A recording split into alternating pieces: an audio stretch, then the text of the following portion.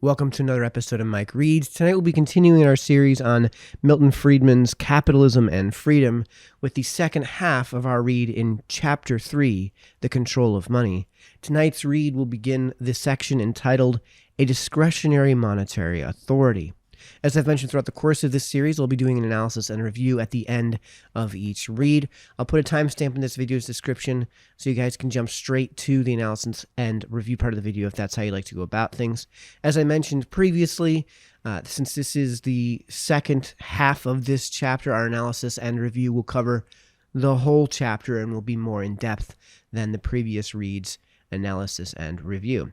So with all that out of the way, let's dive into tonight's read, which is in Chapter 3, The Control of Money, and begins the section, A Discretionary Monetary Authority. The establishment of the Federal Reserve System was the most notable change in the United States monetary institutions since at least the Civil War National Banking Act. For the first time since the expiration of the charter of the Second Bank of the United States in 1836, it established a separate official body charged with explicit responsibility for monetary conditions and supposedly clothed with adequate power to achieve monetary stability or, at least, to prevent pronounced instability. It is therefore instructive to compare experience as a whole before and after its establishment.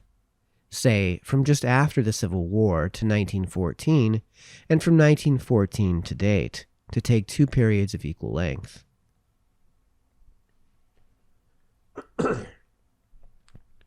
The second period was clearly the more unstable economically, whether instability is measured by the fluctuations in the stock of money, in prices, or in output. Partly, the greater instability reflects the effects of two world wars during the second period. These would clearly have been a source of instability whatever our monetary system. But even if the war and the immediate post-war years are omitted, and we consider only the peacetime years from, say, 1920 through 1939 and 1947 to date, the result is the same. The stock of money, prices, and output was decidedly more unstable after the establishment of the reserve system than before.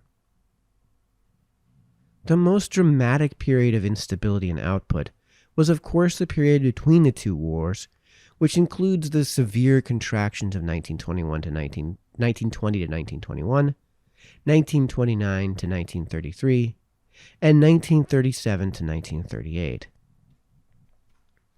No other 20-year period in American history contains as many as three such severe contractions. This crude comparison does not, of course, prove that the Federal Reserve System failed to contribute to monetary stability. Perhaps the problems that the system had to handle were more severe than those that impinged on the earlier monetary structure. Perhaps those problems would have produced an even greater degree of monetary instability under the earlier arrangements. But the crude comparison should at least give the reader pause before he takes for granted, as is so often done, that an agency as long established, as powerful, and as pervasive as the Federal Reserve System is performing a necessary and desirable function, and is contributing to the attainment of the objectives for which it was established. I am myself persuaded, on the basis of extensive study of the historical evidence, that the difference in economic stability revealed by the crude comparison is in fact attributable to the difference in monetary institutions. This evidence persuades me that at least a third of the price rise during and just after World War I is attributable to the establishment of the Federal Reserve System, and would not have occurred if the earlier banking system had been retained. That the severity of each of the major contractions, 1920 to 21, 1929 to 33, and 1937 to 38, is directly attributable to acts of commission and omission by the reserve authorities, and would not have occurred under earlier monetary and banking arrangements. There might well have been recessions on these or other occasions, but it is highly unlikely that any would have developed into a major contraction. I clearly cannot present this evidence here. However, in view of the importance which the Great Depression of 1929 to 33 played in forming, or I would say deforming, general attitudes toward the role of government in economic affairs, it may be worth indicating more fully for this episode the kind of interpretation suggested by the evidence.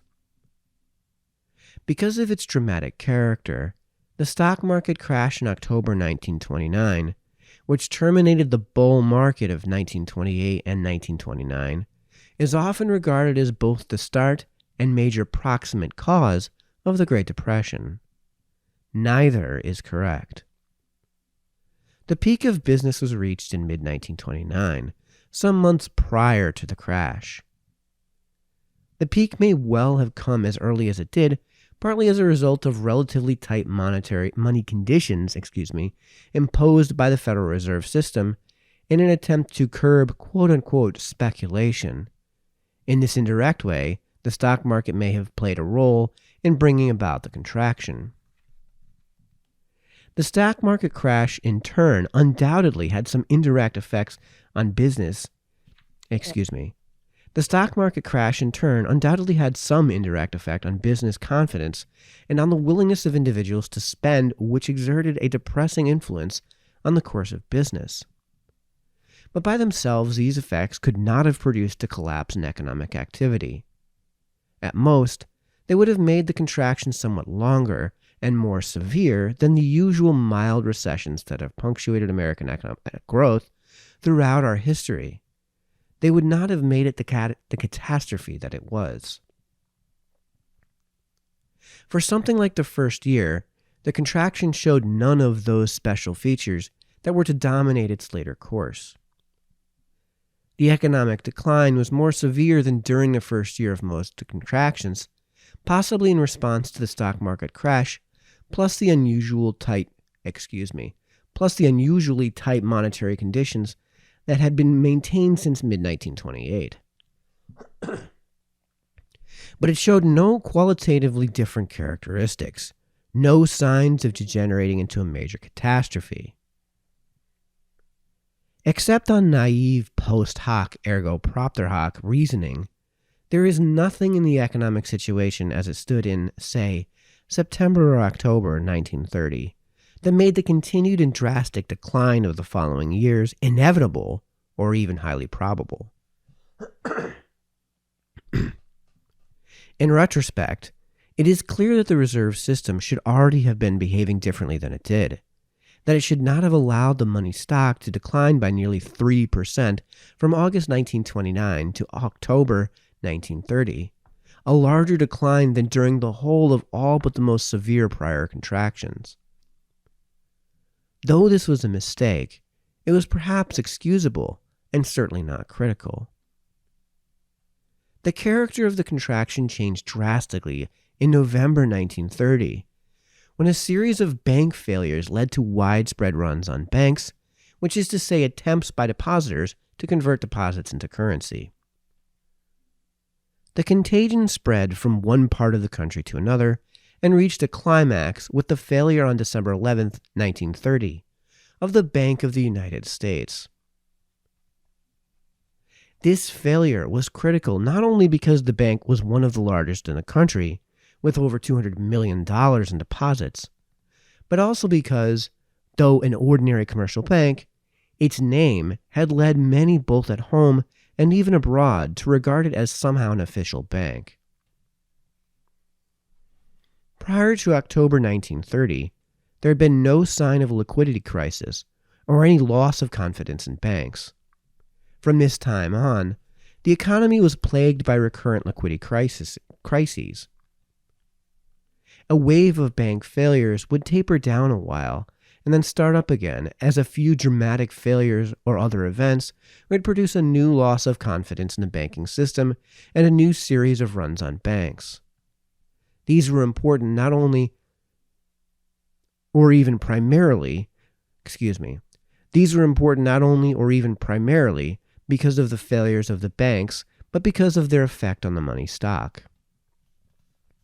In a fractional reserve banking system like ours, a bank does not, of course, have $1 of currency or its equivalent for $1 of deposits. This is why quote-unquote deposits is such a misleading term. When you deposit $1 of cash in a bank, the bank may add 15 or 20 cents to its cash.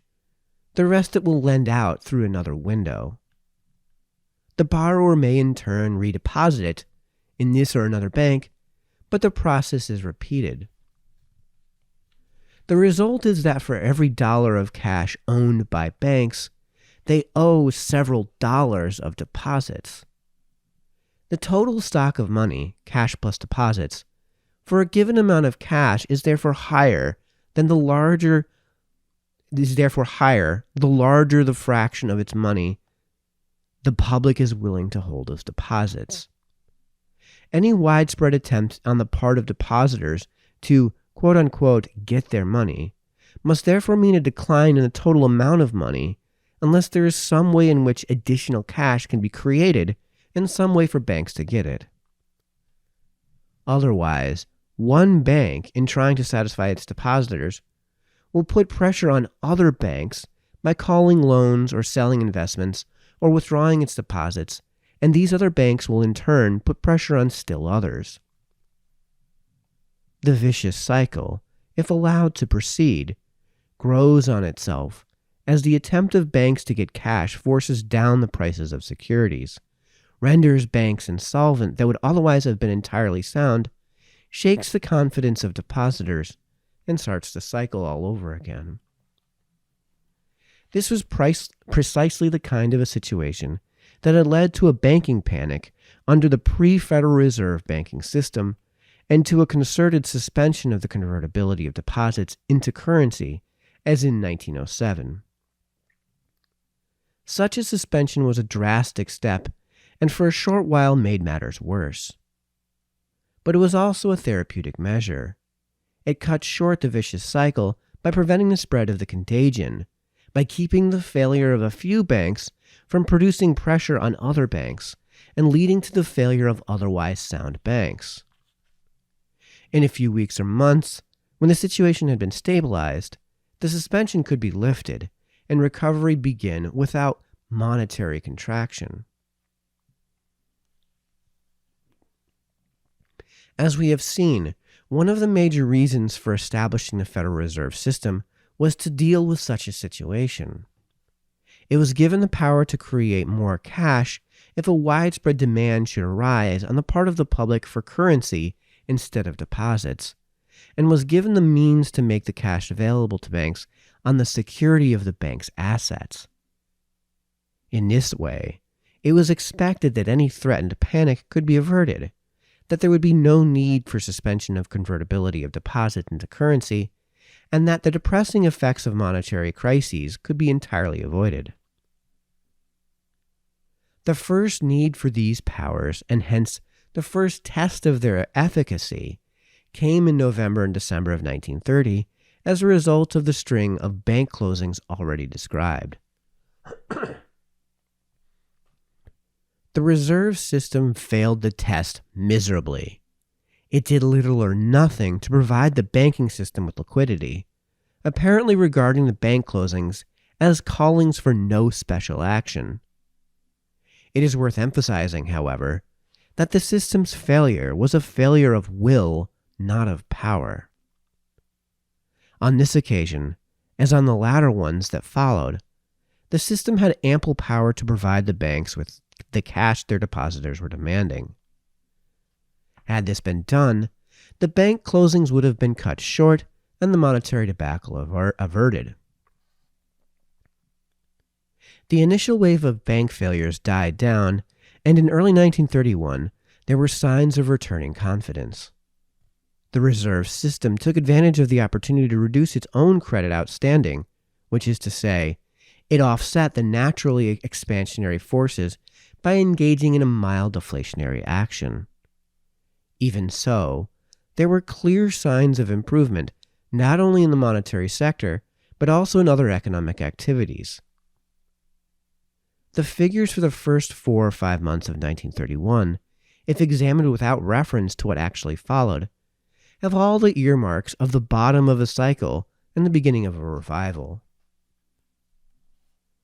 The tentative revival was, however, short-lived. Renewed bank failures started another series of runs and again set in train a renewed decline in the stock of money. Again, the reserve system stood idly by. In the face of an unprecedented liquidation of the commercial banking system, the books of the quote-unquote lender of last resort show a decline in the amount of credit it made available to its member banks. In September 1931, Britain went off the gold standard. This act was preceded and followed by gold withdrawals from the United States.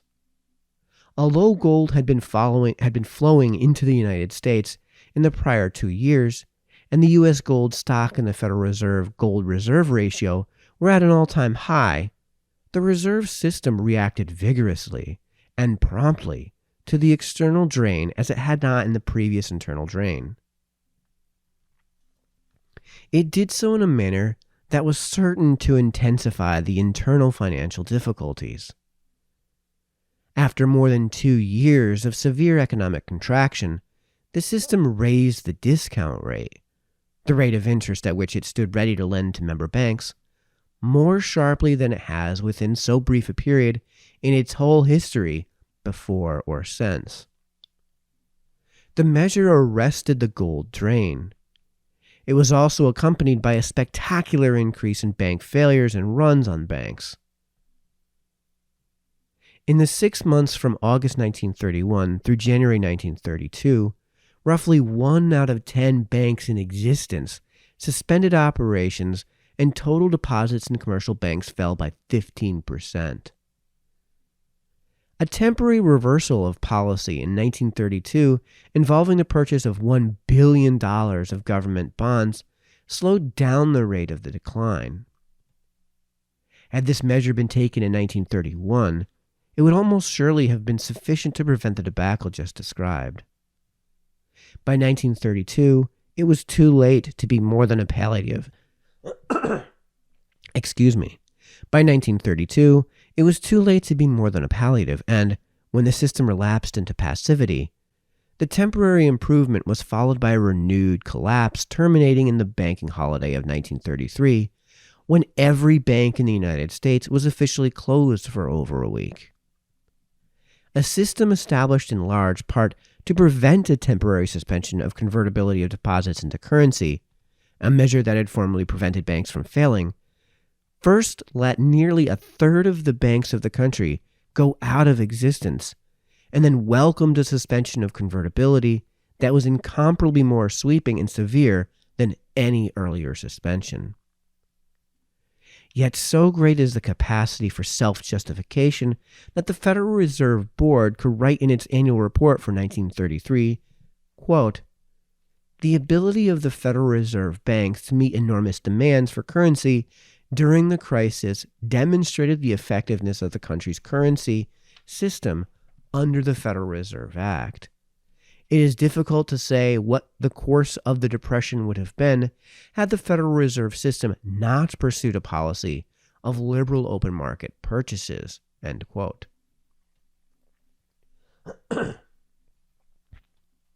All told, from July 1929 to March 1933, the money stock in the United States fell by 1/3, and over 2/3 of the decline came after England's departure from the gold standard. Had the money stock been kept from declining, as it clearly could and should have been, the contraction would have been both shorter and far milder. It might still have been relatively severe by historical standards, but it is literally inconceivable that money income could have declined by over 1/2 and prices by over 1/3 in the course of 4 years if there had been no decline in the stock of money. I know of no severe depression in any country or any time that was not accompanied by a sharp decline in the stock of money, and equally of no sharp decline in the stock of money that was not accompanied by a severe depression. The Great Depression in the United States, far from being a sign of the inherent instability of the private enterprise system, is a testament to how much harm can be done by mistakes on the part of a few men when they wield vast power over the monetary system of a country. It may be that these mistakes were excusable on the basis of the knowledge available to men at the time, though I happen to think not. But that is really beside the point. Any system which gives so much power and so much discretion to a few men that mistakes, excusable or not, can have such far-reaching effects is a bad system. It is a bad system to believers in freedom just because it gives a few men such power without any effective check by the body politic. This is the key political argument against a quote-unquote independent central bank. But it is a bad system even to those who set security higher than freedom. Mistakes, excusable or not, cannot be avoided in a system which disperses responsibility yet gives a few men great power, and which thereby makes important policy actions highly dependent on accidents of personality. This is the key technical argument against a quote-unquote independent bank. To paraphrase Clemenceau, money is much too serious a matter to be left to the central bankers. Rules instead of authorities. If we can achieve our objectives neither by relying on the working of a thoroughly automatic gold standard, nor by giving wide discretion to independent authorities, how else can we establish a monetary system that is stable and at the same time free from irresponsible governmental tinkering, a system that will provide the necessary monetary framework for a free enterprise economy, yet be incapable of being used as a source of power to threaten economic and political freedom? The only way that has yet been suggested that offers promise is to try to achieve a government of law instead of men by legislating rules for the conduct of monetary policy that will have the effect of enabling the public to exercise control over monetary policy through its political authorities, while at the same time it will prevent monetary policy from being subject to the day-by-day whim of political authorities. The issue of legislating rules for monetary policy has much in common with a topic that seems at first altogether different, namely, the argument for the First Amendment of the Constitution. Whenever anyone suggests the desirability of a legislative rule for control over money, the stereotyped answer is that it makes little sense to tie the monetary authorities' hands in this way, because the authority, if it wants to, can always do of its own volition what the rule would require it to do, and in addition, has other alternatives. Hence, surely, it is said, it can do better than the rule. An alternative version of the same argument applies it to the legislature. If the legislature is willing to adopt the rule, it is said, surely it will also be willing to legislate the quote-unquote right policy in each specific case. How then, it is said, does the adoption of the rule provide any protection against irresponsible political action? The same argument could apply with only minor verbal changes to the First Amendment of the Constitution, and, equally, to the entire Bill of Rights. It is not absurd, is it not absurd, one might say, to have a standard proscription of interference with free speech? Why not take up each case separately and treat it on its own merits? Is this not the counterpart to the usual argument in monetary policy that it is undesirable to bind the hands of the monetary authority in advance, that it should be left free to treat each case on its merits as it comes up? Why is not the argument equally valid for free speech? One man wants to stand up on a street corner and advocate birth control. another communism, a third vegetarianism, and so on ad infinitum. Why not enact a law affirming or denying to each the right to spread his particular views? Or, alternatively, why not give the power to decide the issue to an administrative agency? It is immediately clear that if we were to take each case up as it came, a majority would almost surely vote to deny free speech in most cases, and perhaps even in every case taken separately. A vote on whether Mr. X should spread birth control propaganda would almost surely yield a majority saying no, and so would one on communism. The vegetarian might perhaps get by, though even that is by no means a foregone conclusion. But now suppose all these cases were grouped together in one bundle, and the populace at large were asked to vote for them as a whole, to vote whether free speech should be denied in all cases or permitted in all alike. It is perfectly conceivable, and I would say highly probable, that an overwhelming majority would vote for free speech, that, acting on the bundle as a whole, the people would vote exactly the opposite to the way they would have voted on each case separately. Why? One reason is that each person feels much more strongly about being deprived of his right to free speech when he is in a minority than he feels about depriving somebody else of the right to free speech when he is in the majority.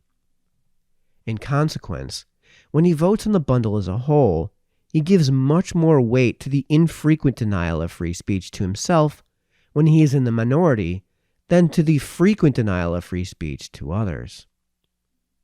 Another reason, and one that is more directly relevant to monetary policy, is that if the bundle is viewed as a whole, it becomes clear that the policy followed has cumulative effects that tend neither to be recognized nor taken into account when each case is voted on separately. When a vote is taken on whether Mr. Jones can speak on the corner, it cannot allow for the favorable effects of an announced general policy of free speech. It cannot allow for the fact that a society in which people are not free to speak on the corner without special legislation will be a society in which the development of new ideas, experimentation, change, and the like will all be hampered in a great variety of ways that are obvious to all, thanks to our good fortune of having lived in a society which did adopt the self-denying ordinance of not considering each case of speech separately. Exactly the same considerations apply in the monetary area. If each case is considered on its own merits, the wrong decision is likely to be made in a large fraction of cases because the decision makers are examining only a limited area and not taking into account the cumulative consequences of the policy as a whole. On the other hand, if a general rule is adopted for a group of cases as a bundle, the existence of that rule has favorable effects on people's attitudes and beliefs and expectations that would not follow even from the discretionary adoption of precisely the same policy on a series of separate occasions. If a rule is to be legislated, what rule should it be? The rule that has most frequently been suggested by people of a generally liberal persuasion is a price level rule, namely, a legislative direction to the monetary authorities that they maintain a stable price level. I think this is the wrong kind of rule. It is the wrong kind of a rule because it is in terms of objectives that the monetary authorities do not have the clear and direct power to achieve by their own actions. It consequently raises the problem of dispersing responsibilities and leaving the authorities too much leeway. There is unquestionably a close connection between monetary actions and the price level. But the connection is not so close, so invariable, or so direct that the objective of achieving a stable price level is an appropriate guide to the day-to-day activities of the authorities. The issue what rule to adopt is one that I have considered at some length elsewhere. Accordingly, I will limit myself here to stating my conclusion. In the present state of our knowledge, it seems to me desirable to state the rule in terms of the behavior of the stock of money. My choice at the moment would be a legislated rule instructing the monetary authority to achieve a specified rate of growth in the stock of money. For this purpose, I would define the stock of money as including currency outside commercial banks plus all deposits of commercial banks. I would specify that the reserve system shall see to it that the total stock of money so defined rises month by month and, indeed, so far as possible, day by day, at an annual rate of X percent, where X is some number between 3 and 5. The precise definition of money adopted, or the precise rate of growth chosen, makes far less difference than the definite choice of a particular definition and a particular rate of growth. As matters now stand, while this rule would drastically curtail the discretionary power of the monetary authorities, it would still leave It would still leave an undesirable amount of discretion in the hands of the Federal Reserve and Treasury authorities with respect to how to achieve the specified rate of growth in the money stock, debt management, banking supervision, and the like. Further banking and fiscal reforms, which I have spelled out in detail elsewhere, are both feasible and desirable. They would have the effect of eliminating present governmental intervention into lending and investing activity, and of converting governmental financing operations from a perpetual source of instability and uncertainty into a reasonably regular and predictable activity. But, though important, these further reforms are far less basic than the adoption of a rule to limit the discretion of the monetary authorities with respect to the stock of money. I should like to emphasize that I do not regard my particular proposal as a be-all and end-all of monetary management, as a rule which is somehow to be written in tablets of stone and enshrined for all future time. It seems to me to be the rule that offers the greatest promise of achieving a reasonable degree of monetary stability in the light of our present knowledge. I would hope that as we operated with it, as we learned more about monetary matters, we might be able to devise still better rules, which would achieve still better results. Such a rule seems to me the only feasible device currently available for converting monetary policy into a pillar of a free society, rather than a threat to its foundations. That concludes tonight's read. Now on to the analysis and review part of the video.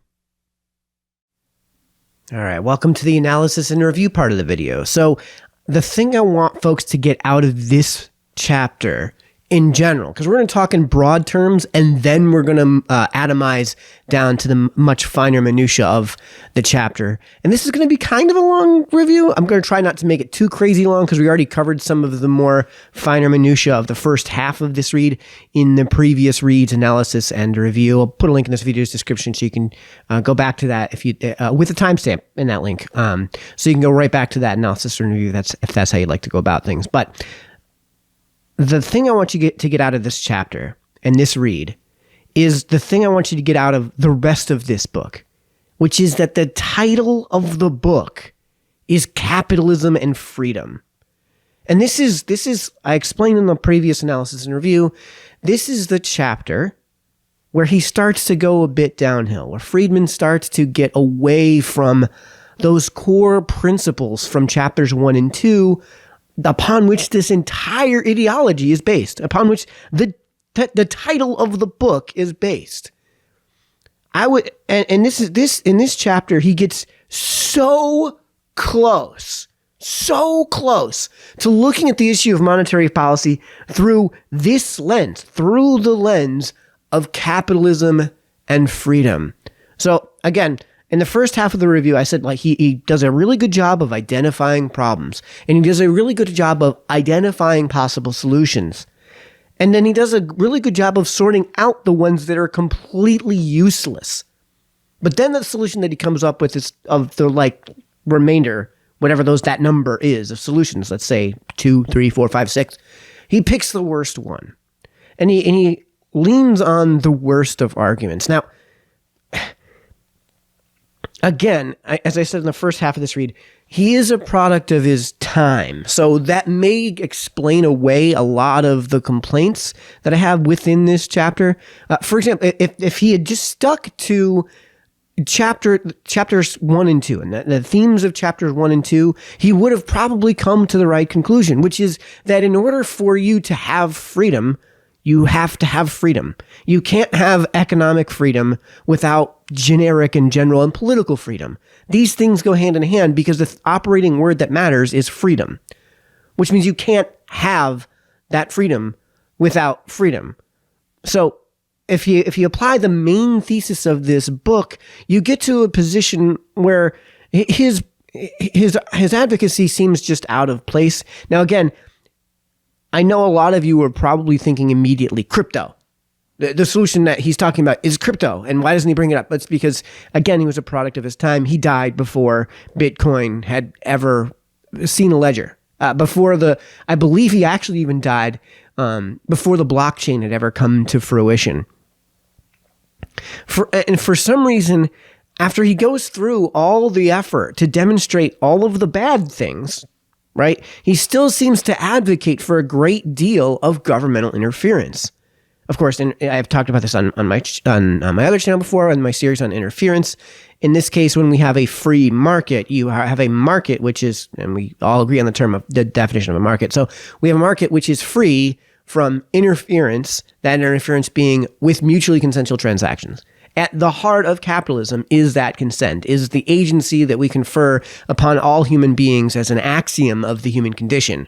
And as a result, you get from that a demand, at least from a policy standpoint, at least from use of collective force standpoint, for treating human beings as having agency. And from agency, you get consent. And that's where you get capitalism. That's where you get the idea of liberty and individual liberty, and this the viewing of the world through the lens of the individual.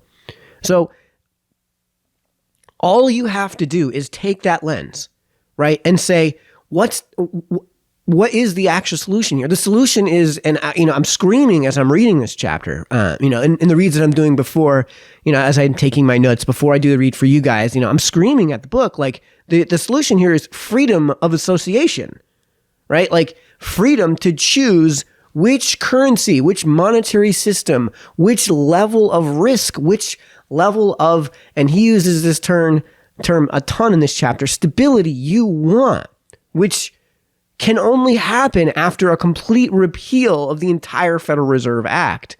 Because that's the act, that's the legislative and policy prescription, that's the thing in terms of policy that precludes that freedom.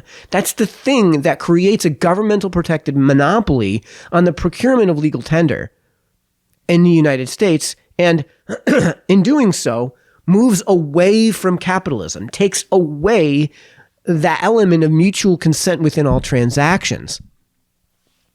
And the lesson that he misses is that you should be allowed to assume whatever risk or instability of currency you choose. And it's the Federal Reserve Act that made that illegal. And again, to get back to that, all you have to do is just dissolve the Federal Reserve Act. Now, I'm not saying you should dissolve the Federal Reserve, because by dissolving the act, you would ipso facto dissolve the reserve itself, and then you wouldn't have an act on which to create a new one, right? You wouldn't have all that regulatory environment that makes those preclusions in the first place from capitalism and freedom. This is what we don't have. And that when he talks about basing currency on a commodity, then he's talking about actual money. There's a difference between money and pure currency and just plain currency. And that is that money is a medium of exchange which has a commodities value, which experiences scarcity. In the case of paper currency and fiat currency, that just isn't the case. There's no scarcity, and therefore there's no commodification behind it. There's nothing to There's nothing tangible behind the thing to thus preclude human beings from interfering with the actual value of the thing. And that is part of the human element. Human beings are imperfect. And we're going to come back to that in just a minute. But the point is that he focuses way too much on stability. Well, what is the thing you want out of currency? What's the thing you want out of your money? Some people don't really care that much about stability, don't really care that much about risk. They are totally okay if the supply of money goes all over the place. They are totally care if the value of that money goes all over the place. They are totally okay with huge amounts of that the holdings of that money as being purely speculative. And in fact, this is in such high demand that what we have right now is crypto to serve that niche, to serve that group of people who are going to go so far out of their way to get that freedom, right? To get back to capitalism and freedom, that they'll invent the idea of the blockchain and take on an enormous amount of risk to get back to a currency of some form, even if it's just through speculative means, that isn't beholden to just human beings making and their whim and their individual whim. There's no fiat taking place with, well, not every cryptocurrency, but the whole idea, the whole point of from the get-go was to have that freedom, right? And what you're gonna wind up having in the realm of, a currency where you have, or not really a currency, but a monetary system where you have multiple currencies just competing naturally, you're going to have one that, is going to float to the top. And that's a good thing because it's allowed to float to the top, and it floats. And when I say floats to the top, that means it's sitting on the foundation and structure of it being just the best. And as soon as that goes away, out comes the whole thing from underneath it, and people find another currency. This is what he was talking about with those basically market corrections from the Gilded Age of the late 19th century, which don't even compare to the contraction from 1920 to 1921, and that contraction was a forgotten blip on the radar compared to what took place in the 1930s, and when all of this monetary policy, all of the top-down control over money started to take place. So what you want is freedom. And that means that maybe there is a stable coin. I'm using that phrase on purpose because we have that term in cryptocurrency, for a stable coin is designed to have extreme stability in its relative value, right? That it's supposed to buy you in exchange as a token a very consistent quality and quantity of the same goods and services. Yeah, and competition is the thing that is going to cause one of these to float to the top. And that's kind of why you're seeing right now, even with cryptocurrency, as far as the cryptocurrency that's being used as an actual currency rather than just a speculative investment, in terms of the number of transactions, basically all of them are either going to be Bitcoin, XRP, or Ethereum, or one of Ethereum's offshoots, which is Tron, which actually occupies I think a majority, way more than just a plurality of total transactions of actual currency, of actual cryptocurrency being used as currency. And by the way, when you have this diversity of total individual currency holdings, right, what you wind up doing is you flatten that risk, right? When you have a portfolio where your investments are diversified, there's a certain amount of risk that you're going to naturally, throughout the whole of the portfolio, mitigate against by virtue of having that diversity. You don't have that. You don't have that when you have a monopoly on the thing. And what we have right now is a monopoly on the thing. There's no such thing as a legal tender, a banknote which acts as a legal tender in the United States, other than the US dollar. It's not legal tender in the US. And there's no way to legally produce a banknote as a form of legal tender here in the United States. And that monopoly of currency is the thing that brings the instability that Milton Friedman talks about. And that's because there are no market influences to respond to. There's no market, which is why we don't have capitalism in this regard.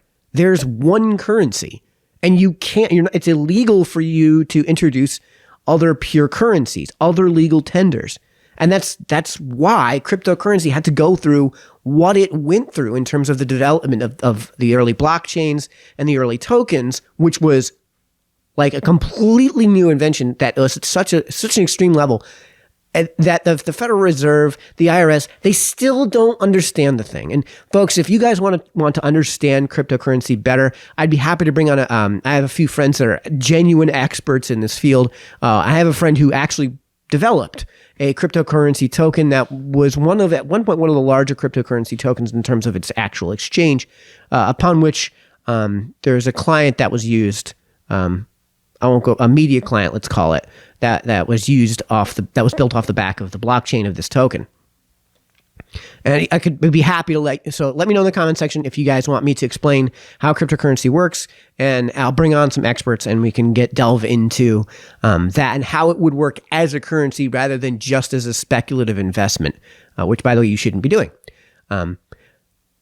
Fiat makes all of this worse, makes all of this instability, which seems to be the single thing that he focuses on in this chapter. Like, the one thing that he wants out of money is stability. Maybe there are people that don't necessarily want that. Maybe there are people that want to be able to ride the high.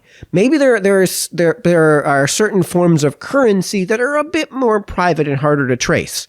And that is the thing that we're looking for, right? The currency in this case serves a certain type of utility that is, subject to whatever the consumer wants to use it for, and whatever utility meets the demands of the consumer, right? That's the market influences I just talked about. But fiat, having the currency be produced, printed, pegged, and valuized by fiat makes all of this worse by not only removing all of those market incentives, but actually directly encouraging perverse incentives, which is why there shouldn't be one, of course. Excuse me. Again, this is the human element that we're talking about. When you have an actual market environment, then all of those influences have to come from serving some sort of good. We talked about this with Smith's lesson, right? That any time that you have a mutually consensual transaction, and can know for sure that it is mutually consensual and a transaction, both parties to the transaction necessarily win. Both parties' stations are necessarily improved. This is built into the human condition, right? That every human being seeks to improve at some level their station in life, either in the moment or over the long term. Nobody is actively trying to degrade that station. Even those who commit suicide honestly think that they're, in almost every case that we have some sort of record of why the suicide was committed, there's some sort of at least short-term ethereal experience that they think that they're gaining from doing so, right? That they're making themselves better off. One of the phrases that's used a lot is, "I just want the pain to go away." Yeah, so it's another topic for not even this channel, not just another video, but not even this channel. But the thing is that we already have a demonstration piece for how this works, because freedom already exists when it comes to international markets. For example, in Argentina, Javier Milei has already pledged to completely remove the Argentina off of its current currency and instead using the US dollar, which is, their prerogative. If Argentina wants to start using the US dollar, they can start using the US dollar. If they want to start using the euro or the pound sterling, they can start using those currencies. There's no reason that they necessarily have to use their own currency. And in fact, there's no reason that they have to have a prescribed singular governmental and federal currency or money. Right? Like, and this is the entire lesson that I think he misses out on. But again, he comes so close. In short, to to just kind of sum up the main themes before we get into quotes from and excerpts. We have neither capitalism nor freedom. What we have instead is monopoly and fiat. These are the exact opposite things when it comes to money and currency. And again, he comes, in fairness, in his defense, Friedman comes so close on multiple occasions. On page 39, he lays out the proper and libertarian role of government that would back everything that I just said, which we talked about in the first part of this read. That's on page 39. A liberal, which is a term that he would synonymize with a libertarian in 2023. A liberal is fundamentally fearful of concentrated power. His objective is to preserve the maximum degree of freedom for each individual separately that is compatible with one man's freedom, not interfering with other men's freedom. Again, not interfering with mutual consent within those transactions.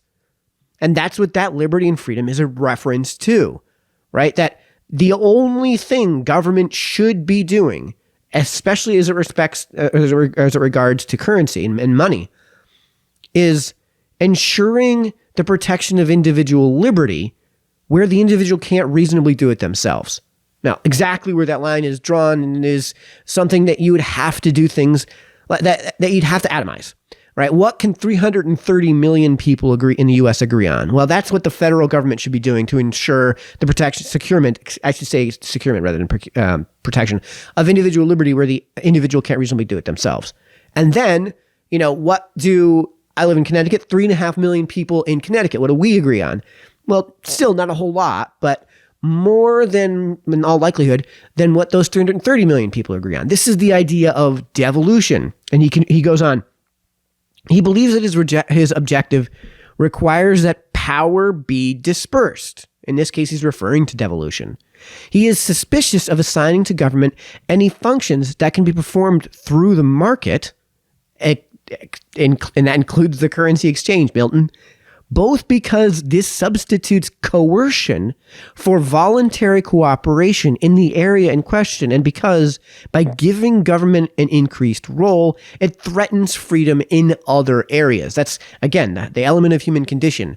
The humans are imperfect creatures that we talked about. He goes even further on page 39 to identify the paradox of expanding that role into monetary policy.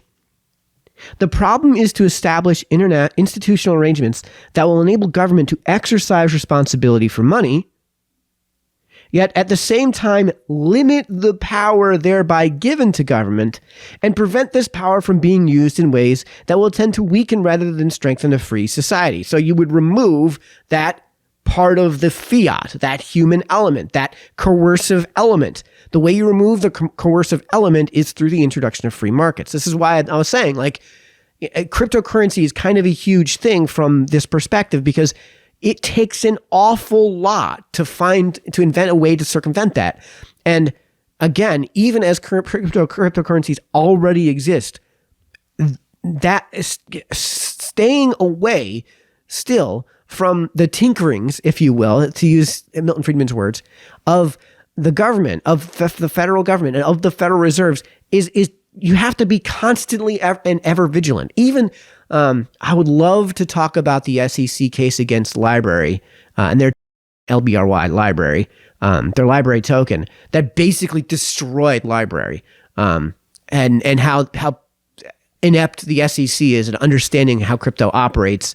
And what Jeremy Kauffman and the whole organization went through when they were sued by the SEC, which made some really, really wild claims about that currency. I mean, this is their interpretation is if you're doing anything to raise money, they even put this in the Ripple case.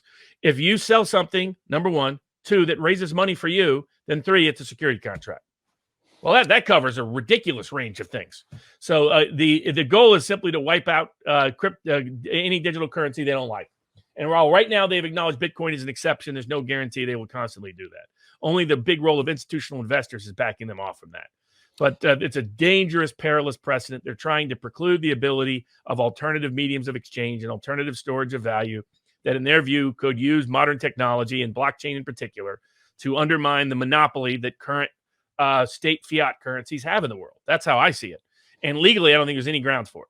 See, this is all stemming from those regulatory bodies and those regulations that, again, if you walk them back, you have freedom and you have, whatever level of stability you want to subscribe to in your currency. Maybe there's something way more stable that you want to subscribe to. Maybe you want to just start using the euro. Well, if businesses are willing to accept the euro and they tend to prefer the euro, and you're going to just use the euro and you prefer the euro, then there's nothing preventing you in a system of actual freedom and capitalism from doing that. He goes even further on page 41 to identify why fiat currency is necessarily inferior to commodity-based currency. We talked more about this in greater detail in the previous analysis and review. If, for example, an honest-to-goodness gold standard in which 100% of the money in a country consisted literally of gold were widely backed by the public at large, imbued with the mythology of a gold standard, and with the belief that it is immoral and improper for government to interfere with its operation, it would provide an effective guarantee against governmental tinkering with the currency and against irresponsible monetary action. Under such a standard, any monetary powers of government would be very minor in scope. Again, and the solution is just freedom. It's the title of the book, Milton. It's freedom, and it's freedom. Just repeal these acts and allow people to allow consumers to consume whatever currency they feel like consuming. So we talked about commodity-based currencies. I think that commodity-backed currencies are demonstrably, as he points out earlier in this chapter, are the preferred mechanism for backing a currency, right? Backing a medium of exchange is with a physical, tangible thing that's pinned to whatever that currency is, whatever that medium of exchange is. And again, he demonstrates on page 42 that, you don't have to pin it to gold. You can pin it to other commodities. You can pin whatever currency you want to whatever commodity you want. There's a reason that it's been gold, and there's a reason that gold floated to the top over the course of human history. There's a reason that in other places silver floated to the top.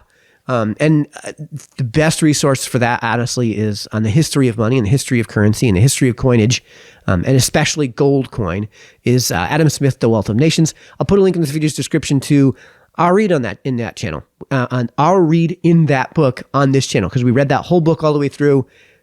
That's the best resource you can get for the history of currency, which we did touch up on the last analysis and review for the first half of this chapter.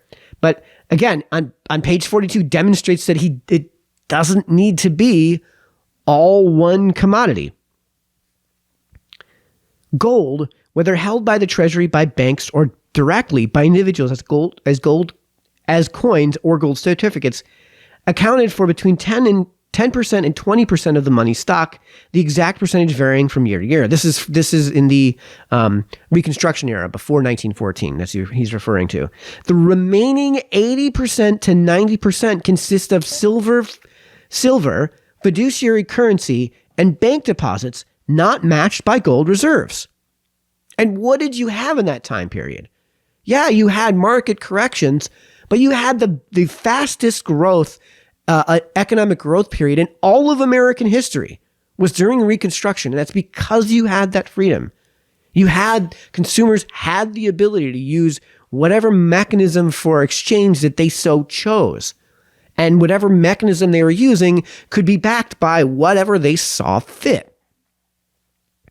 He goes on to correctly identify that any system tying money to the authority of one person or a group of people, this is the fiat that we're talking about, it comes from the fiat of these people, is the wrong path because it becomes subject to the imperfections of the human condition. This is on page 50.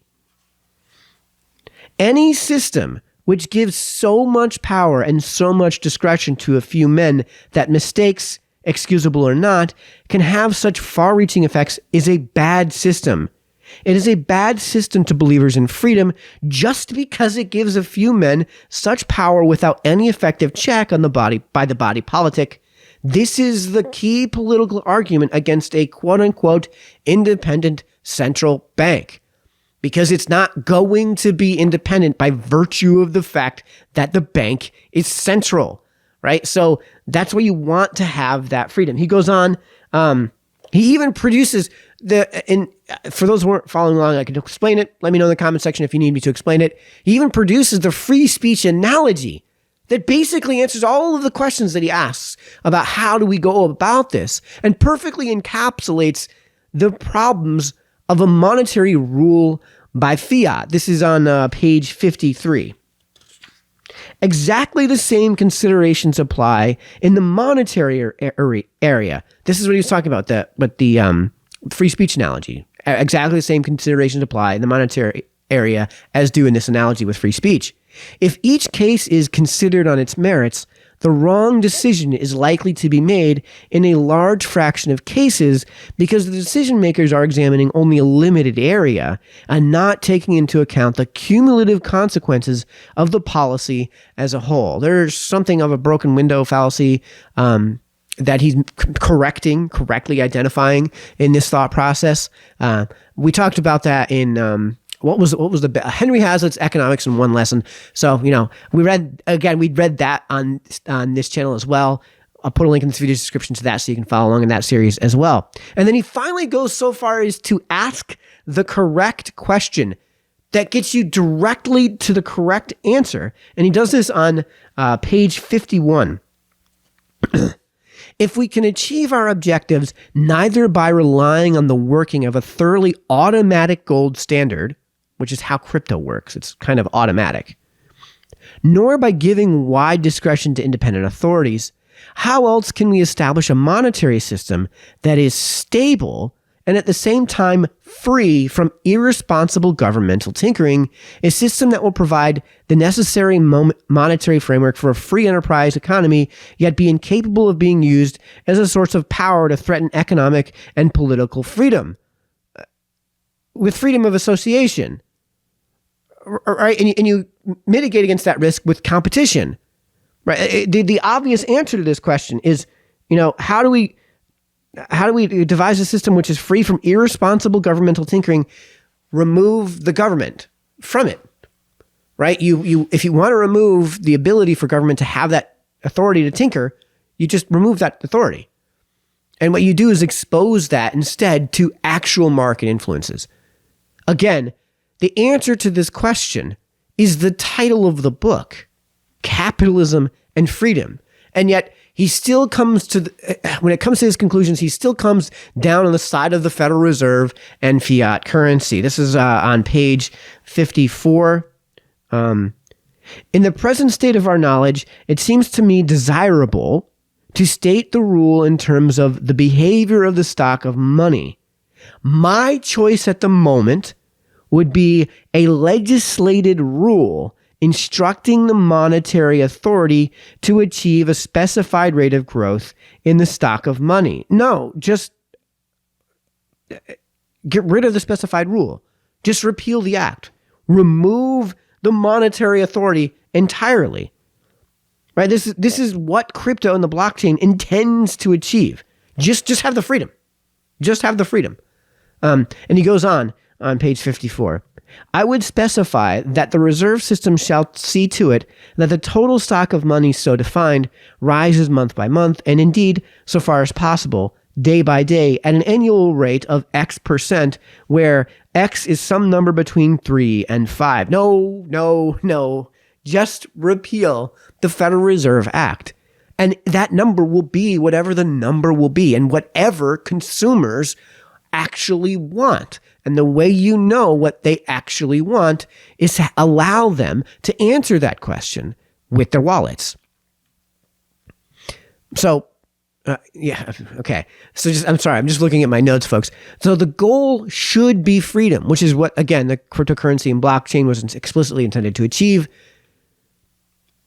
And again, there's currently so little actual freedom in the system, people dedicated their whole lives to going to the extent to invent a blockchain. Like this whole concept didn't exist until somebody invented it. It's like Isaac Newton inventing calculus to get around the entire fiat system, and billions of dollars each year in transactions take place through these cryptocurrency exchanges. Now, I realize billions of dollars a year is like, tens of trillions of dollars a year goes through just the United States in terms of transactions on a yearly basis. So I guess that billion is in comparison, but it's not like it's not there. It's not like there's clearly a demand that people are willing to go ridiculously out of their way to serve and to meet. But that's what people want. There are many people who are willing to accept a huge amount of risk, instability, and inconvenience in the case of a lot of these cryptocurrencies, specifically for that freedom. And in case the freedom from tinkering that crypto offers. This is a self-evident problem with a self-evident solution. And, for some reason, he seems stuck in operating within the framework of the Federal Reserve Act, but he does get everything else right. So again, perhaps I'm coming off as frustrated, not because I disagree with him so much as he gets so close and just doesn't quite get there. And I think you're going to see that this is kind of, I told you chapter 2 was the best chapter in the entire read, and that chapter 1 was pretty good. And I told you in our review and analysis and review of chapter 2 that things were going to kind of start going downhill, not fall off a cliff the way Keynes did in his general theory, which, again, we've already reviewed that. We're not coming back to it. That said, he was something of a product of his time. There was no such thing as the demonstration piece that we have today, which is crypto, to just irrefutably prove, not prove, evidence, everything I've just said. And he kind of acknowledges as much that he is something of a product of his time. This is on page 54 as well. I should like to emphasize that I do not regard my particular proposal as a be-all and end-all of monetary management, as a rule which is somehow to be written in tablets of stone and enshrined for all future time. So, in the end, I do wonder how he would have updated this if he was still alive today. He'd be like 100 and change. But, Thomas Sowell just released a book this year, just released a book a few months ago, and he's 93 now. So, maybe Thomas Sowell is very much the exception to the rule. He probably is. But I do wonder how he would have updated it. And you're kind of seeing, too, in everything we talked about, the difference between the Chicago versus the Austrian schools of thought when it comes to economics. They are subscribers to free market principles, both of them. But in the case of the Austrian school uses proof, as in we can derive this conclusion of free markets from the axioms and use logical argumentation to deduce that as the prescription. Whereas the Chicago school says, here's the evidence, here's what we've seen in the real world, and we're going to use an evidentiary standard rather than a standard of proof, right? A standard of evidence versus standard of proof. And not logically deduce the thing from the axias of the human condition, the axia of human conditions, but instead to infer that with inductive reasoning rather than deductive reasoning from the evidence of the world around them. So we're getting a little bit long here in this analysis and review, but that's the main thing to get out of chapter 3. And I'm sure there were people that were frustrated in hearing some of this. I think it's funny, the free speech analogy that he uses, because he says so often about how everyone would agree on free speech.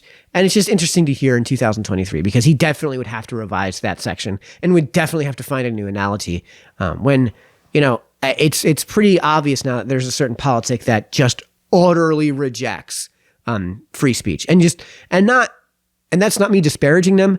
This is their position. This is something that, the left in America self-admits, well, not just self-admits, but this is like part of their standard, that they just don't accept the idea of freedom of speech.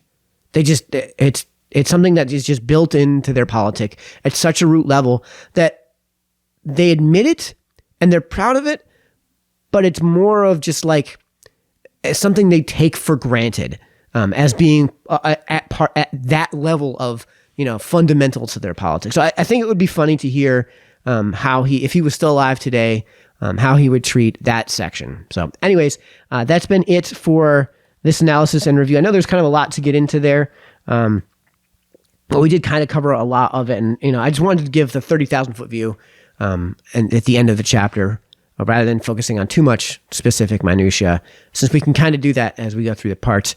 Speaking of which, in our next read, we will continue with chapter 4, which is entitled International Financial and Trade Arrangements. So until then, it's been Mike, signing off. Night, everybody.